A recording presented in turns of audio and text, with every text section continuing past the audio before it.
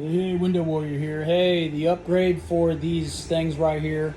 I've got some old DeWalt, old stuff. These DeWalt, old 18 volt things, whatever. Anyway, I had an old DeWalt had a DeWalt radio. It wasn't working real well, so there's a port in the back of the radio where you can plug in one of these to make it work on the job site. So I popped this bad boy open and took the port out of the back of the radio.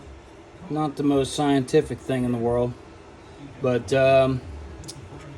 hot to hot, you know what I mean?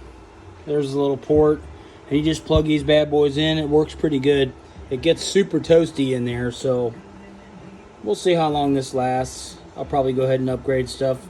This right here, kids and this kind of crap right here, yeah, it doesn't last very long, but it works today. So but anyway, if you're in a bind and you got something like this laying around, rock and roll.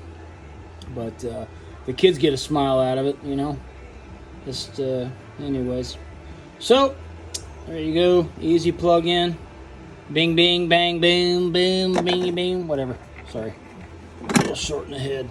Anyway, it works great. The thing flies around, so kids are happy. Window Warrior is out.